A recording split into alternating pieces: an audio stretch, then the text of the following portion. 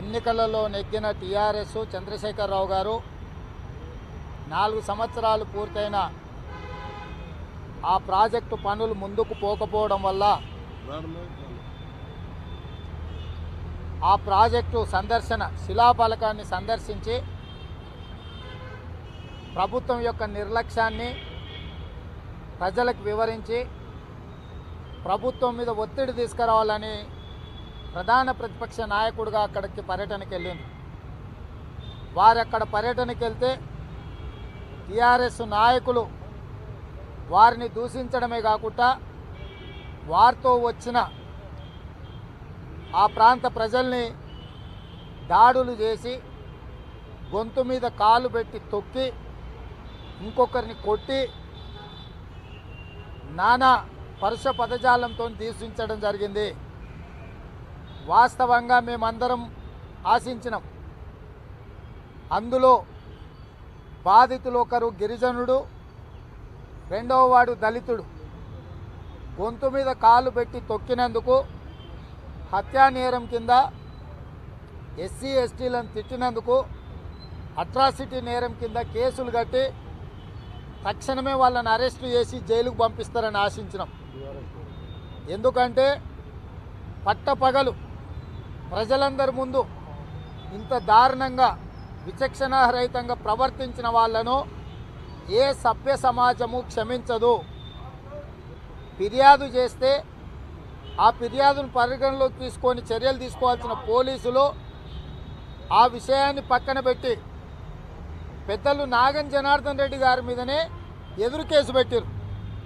నాగం జనార్దన్ రెడ్డి గారు అక్కడికి వచ్చిన వాళ్ళని తిట్టిండని, మహిళా సర్పంచ్ను అవమానించిండని తప్పుడు ఆరోపణలతో వారి మీద అక్రమ కేసు కట్టడం జరిగింది.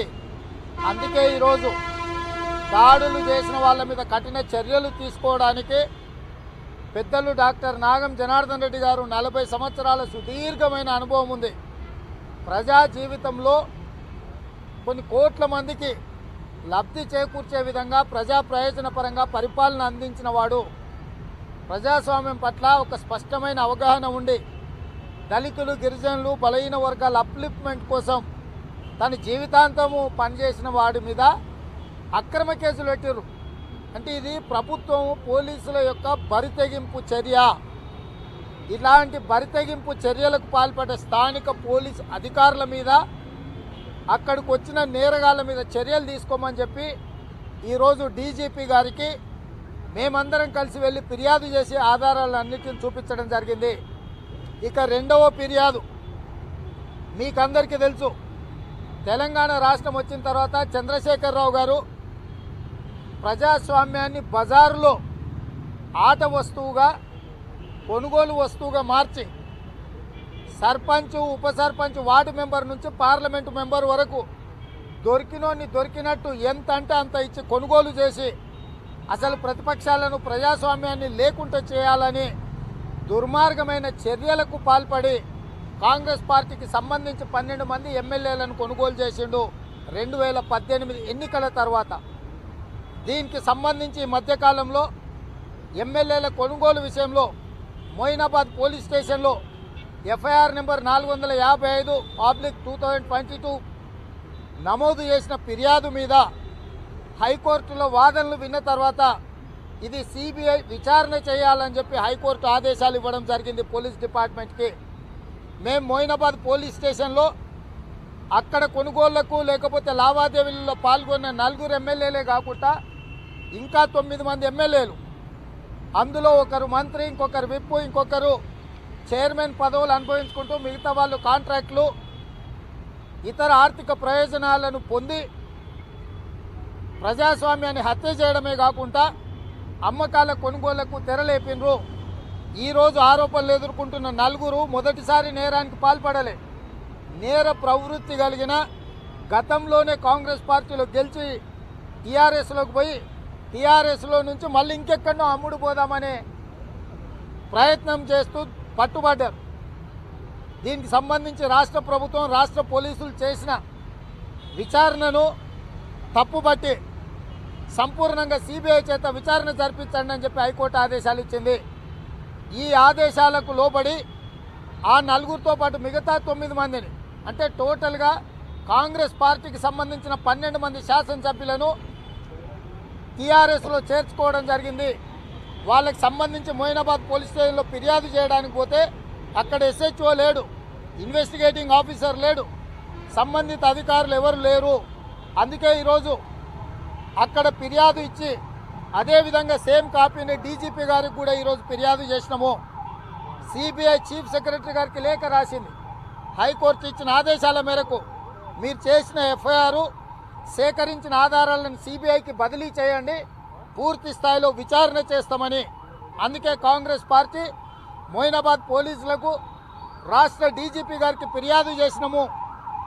మీరు సేకరించిన ఆధారాలతో పాటు మా పార్టీ నుంచి ఫిరాయించిన 12 మంది ఎమ్మెల్యేల మీద కూడా విచారణ చేయడానికి ఈ ఫిర్యాదును అదేవిధంగా పేపర్లలో ఆనాడు ఆరోపణలు వచ్చిన ఆధారాలను కూడా డీజీపీ గారికి ఇచ్చి వీటన్నిటిని కూడా కేసుతో పాటు సిబిఐకి బదిలీ చేయమని చెప్పి ఇవాళ డీజీపీ గారికి ఫిర్యాదు చేసినాము. ఈ రెండో ఫిర్యాదును కూడా సిబిఐకి తక్షణమే ఈ ఆధారాలను మొత్తము డీజీపీ గారిని బదిలీ చేయమని డిమాండ్ చేసినాము. మూడో విషయం, ఈరోజు శనివారం రోజే చీఫ్ సెక్రటరీ సోమేష్ కుమార్ గారిని అపాయింట్మెంట్ అడిగినాం కాంగ్రెస్ పార్టీ. ఆయన ఆఫీస్ ఈరోజు అపాయింట్మెంట్ ఇవ్వకపోను 3 రోజుల నుంచి చీఫ్ సెక్రటరీ గారు ఆరోగ్యం బాగలేదు, వారు ఎప్పుడు వస్తారో తెలీదు, అపాయింట్మెంట్ ఎప్పుడు ఇస్తామో కూడా మాకు తెలియదని చీఫ్ సెక్రటరీ గారి ఆఫీస్ నుంచి మాకు సమాచారం ఇచ్చిండ్రు. నేను ముఖ్యమంత్రి గారికి విజ్ఞప్తి చేస్తున్నా, నీ పరిపాలనలో చీఫ్ సెక్రటరీ గారు బాధ్యతారహితంగా వ్యవహరిస్తున్నాడు. ప్రధాన ప్రతిపక్ష పార్టీ శాసనసభ్యులు సిఎల్పి నాయకులు భట్టి విక్రమార్క గారు, పార్లమెంట్ సభ్యుడైన నేను, మా ఉత్తమ్ కుమార్ రెడ్డి గారు, ఎమ్మెల్యేలు, మిగతా నాయకులందరం కూడా చీఫ్ సెక్రటరీ గారు అపాయింట్మెంట్ కోరితే మాకెవ్వరికి అపాయింట్మెంట్ ఇవ్వకుండా తప్పించుక తిరుగుతున్నాడంటే చీఫ్ సెక్రటరీ గారు ఎంత బాధ్యత రహితంగా వ్యవహరిస్తున్నారో ఆలోచన చేయండి. ఈరోజు సిబిఐ చీఫ్ సెక్రటరీ గారికి లేఖ రాసింది. హైకోర్టు ఇచ్చిన ఏ ఆదేశాలైనా అమలు చేయాల్సిన చీఫ్ సెక్రటరీ గారు. అందుకే కేసుకు సంబంధించిన ఎఫ్ఐఆర్తో పాటు సేకరించిన ఆధారాలు, అందిన ఫిర్యాదులన్నింటిని కూడా సిబిఐకి బదిలీ చేయమని చీఫ్ సెక్రటరీ గారికి లేఖ రాయడం జరిగింది. అందుకే చీఫ్ సెక్రటరీ గారు కూడా ఫిర్యాదు చేసి ఆధారాలు అందిద్దామంటే కాంగ్రెస్ పార్టీకి చీఫ్ సెక్రటరీ గారు అపాయింట్మెంట్ ఇవ్వలేదు. ఇది క్షమించరాని నేరము. చీఫ్ సెక్రటరీ గారు దయచేసి ఈ రకంగా వ్యవహరిస్తే కోర్టులో మీరు విచారణను ఎదుర్కోవాల్సి ఉంటుంది. మీ మీద కూడా సిబిఐకి ఫిర్యాదు చేస్తాము.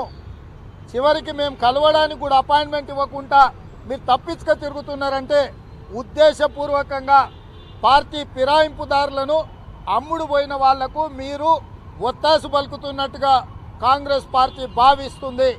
అందుకే దయచేసి చీఫ్ సెక్రటరీ గారు మీరు తక్షణమే మొయినాబాద్ పోలీస్ స్టేషన్లో అందించిన మా ఫిర్యాదును, ఈరోజు డీజీపీకి అందించిన మా ఫిర్యాదు వివరాలను మీరు అధికారికంగా తెప్పించుకొని సిబిఐ రాసిన లేఖకు అనుకూలంగా ఈ వివరాలన్నిటిని కూడా సిబిఐకి బదిలీ చేయమని కాంగ్రెస్ పార్టీ డిమాండ్ చేస్తుంది. ఒకవేళ మొయినాబాద్ పోలీసులు, రాష్ట్ర డీజీపీ గారు, రాష్ట్ర చీఫ్ సెక్రటరీ గారు మేము ఇచ్చిన ఫిర్యాదులను సిబిఐకి బదిలీ చేయకపోతే రాష్ట్ర హైకోర్టులో కాంగ్రెస్ పార్టీ కేసు వేస్తుంది. ఈ వివరాలన్నిటిని కూడా కోర్టు ద్వారా సిబిఐకి బదిలీ చేయించి పార్టీ ఫిరాయింపుదారులను శిక్షించే విధంగా, భవిష్యత్తులో వాళ్లను ప్రజలు తిరస్కరించే విధంగా, ఎన్నికలలో ఓడగొట్టే విధంగా కాంగ్రెస్ పార్టీ పోరాట కార్యాచరణ ఉంటుంది. ఈ విధంగానే కాకుండా ఆ 12 నియోజకవర్గాలలో కూడా నిరసన కార్యక్రమాలను కాంగ్రెస్ పార్టీ చేపడుతుంది. సంక్రాంతి తర్వాత ఆ కార్యక్రమాలను కూడా చేపట్టడం జరుగుతుంది. ఈ 17 తారీఖు రోజు ఏదైతే దళిత గిరిజన ఆత్మగౌరవ సభ నాగర్ కర్నూలులో పెడుతుండ్రో, తద్వారా దళితుల గిరిజనుల మీద జరిగే దాడులను తిప్పికొట్టడానికి, ఇట్లాంటి దుశ్చర్యలను పాల్పడుతున్న వాళ్ళను శిక్షించడానికి కూడా కాంగ్రెస్ పార్టీ కార్యాచరణ తీసుకుంటుంది. అందుకే డీజీపీ గారిని మొదటి ఫిర్యాదు నాగర్ కర్నూలులో నేరానికి పాల్పడ్డ నేరగాళ్ల మీద చర్యలు తీసుకోవాల్సిందిగా డిమాండ్ చేస్తున్నాం. రెండవ ఫిర్యాదు పార్టీ ఫిరాయించిన 12 మంది శాసనసభ్యులకు సంబంధించిన పూర్తి వివరాలను సిబిఐకి అందించి ఈ ఫిరాయింపుదారుల యొక్క చీడపీడ తెలంగాణ సమాజానికి విరగడి కలిగే విధంగా ఆధారాలను ఇవ్వాల్సిందిగా కాంగ్రెస్ పార్టీ డిమాండ్ చేస్తుంది. సిఎస్ తప్పించుకుంటున్నాడు. ఎందుకు అనంటే చంద్రశేఖరరావు గారు ఆయనకు అర్హత లేకపోయినా ఆయనను చీఫ్ సెక్రటరీగా నియమించిండు కాబట్టి గురుదక్షిణ చెల్లించుకుంటున్నాడు సిఎస్ గారు. ఆయన ఆంధ్రప్రదేశ్కు సంబంధించిన క్యాడర్ ఆఫీసర్ 8 సంవత్సరాలు ఉద్యోగాన్ని వదిలేసి రాజీనామా చేసి ఇతర దేశాలకు వెళ్ళిపోయాడు. ఆ 8 సంవత్సరాలు ఆయన సర్వీసును తొలగిస్తే ఆయన ప్రిన్సిపల్ సెక్రటరీ హోదా కూడా అర్హత లేదు. సోమేష్ కుమార్ గారికి ప్రిన్సిపల్ సెక్రటరీ హోదా కూడా అర్హత లేని వ్యక్తిని ఈ రాష్ట్రానికి చీఫ్ సెక్రటరీగా చంద్రశేఖరరావు గారు నియమించిండు కాబట్టి, తనకు అప్పనంగా అధికారాన్ని కట్టబెట్టిండు కాబట్టి అతను ప్రజలకు లాయల్గా ఉండకుండా చంద్రశేఖరరావు గారికి లాయల్గా ఉండాలి, విశ్వాసపాత్రుడిగా ఉండాలనే ప్రయత్నం చేస్తుండు.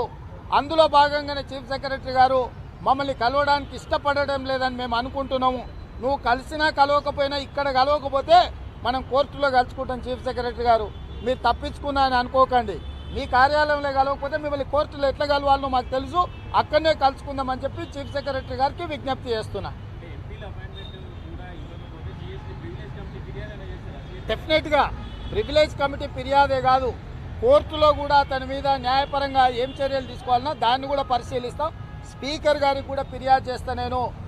నేను ఉత్తమ్ కుమార్ రెడ్డి గారు పార్లమెంట్ సభ్యులం 3 రోజుల ముందు రాతపూర్వకమైన అపాయింట్మెంట్ అడిగినాం.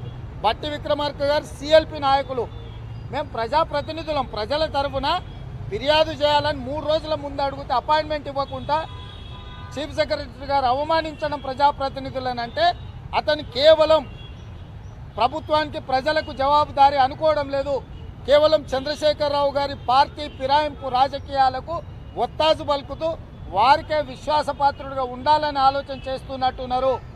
దానికి సంబంధించి ఏ రకమైన కార్యాచరణ తీసుకోవాలనో ఆ విధంగా ముందుకెళ్లడం జరుగుతుంది. 12 మంది ఎమ్మెల్యేల కొనుగోలుకు సంబంధించిన ఫిర్యాదును స్వీకరించి సిబిఐకి విచారణ చేస్తారనుకుంటున్నారు. చేయాలి, చేయకపోతే న్యాయస్థానం ఉండనే ఉంది కదా. చంద్రశేఖరరావు గారు అంత బుద్ధిమంతుడని మేమేం అనుకుంటలేము, కానీ ఈ ప్రక్రియ మొత్తం కోర్టుకు వెళ్ళినప్పుడు చెప్పాల్సి ఉంటుంది. సంబంధిత అధికారులకు ఫిర్యాదు చేయకుండా కోర్టుకు వెళ్తే కొన్నిసార్లు కోర్టు సంబంధిత అధికారులకు ఫిర్యాదు చేయండి అని అంటుంది. అందుకే ఈ ప్రక్రియనంతా కూడా జవాబుదారీతనంగా కాంగ్రెస్ పార్టీ వ్యవహరిస్తుంది. అందుకే ఫిర్యాదు చేసినాం. ఫిర్యాదును ప్రభుత్వం పరిగణలోకి తీసుకొని అధికారులు పరిగణలోకి తీసుకొని సిబిఐకి బదిలీ చేస్తే మంచిది, లేకపోతే న్యాయస్థానంలో ఎట్లాగూ కాంగ్రెస్ పార్టీ కొట్లాడుతుంది.